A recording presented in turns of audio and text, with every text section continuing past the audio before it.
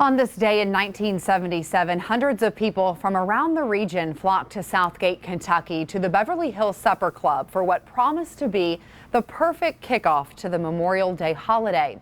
But as you know, that night ended in unbelievable tragedy. 165 people died in a fire there. Now, 44 years later, a new development is just about ready to break ground where so much sadness unfolded. LEX 18's Nancy Cox talks with a man who survived and will never forget that night. Jeff Ruby has become a big personality in Lexington after opening one of his famous steakhouses here, but he also has quite a story to tell about that tragic night. It's hard to talk about. Walking through these woods in Southgate, Kentucky, signs of the exclusive chic nightclub with star-studded events and the crushing loss that struck here are all but gone. But for Jeff Ruby, the heavy atmosphere revives scintillating and graphic memories. There's no place like it where you could see Vegas acts in such glamour and glitz and private parties. You know, there was a lounge that I remember seeing Red Fox in the lounge perform. Any good memories are now shrouded in what happened here.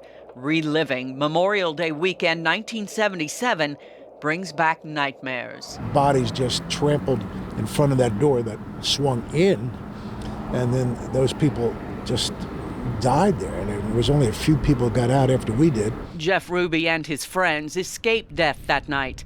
So many others did not avoid tragedy.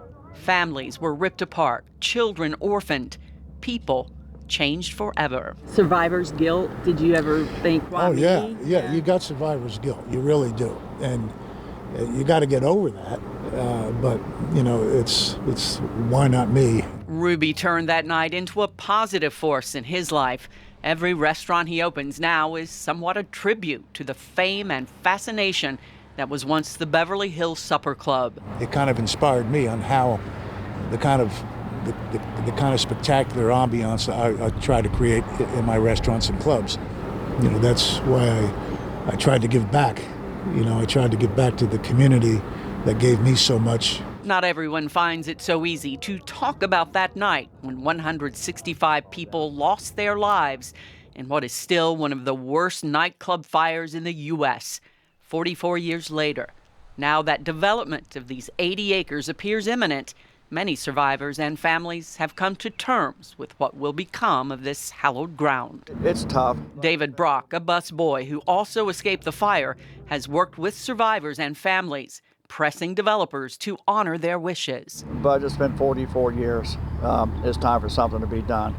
And what's nice about Ashley Homes, they're a class group, and they agreed not to build on any of the areas where people had perished. As long as they preserve the area where there's a memorial to those people, you know, you have to move on.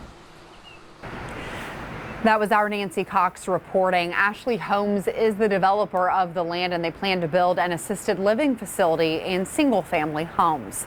In the wake of the Beverly Hill Supper Club fire, it was determined the owners built additions to the building, disregarding fire codes in place at the time. Also, the carpets and seat cushions were highly flammable and emitted toxic fumes. Exits were scarce and not properly lit. Because of an over capacity at the venue, because of blocked exits, because of no smoke alarms, no sprinkler system, and no audible alarm at all, it made it very difficult for people to get out of the fire. Once the employees discovered it, they had to just walk through the entire building trying to evacuate people. Chief Johnson says the biggest lesson out of the tragedy was enforcing fire codes, such as limiting occupancy, requiring fire sprinklers and smoke alarms, and enough exits throughout facilities to prevent history from repeating.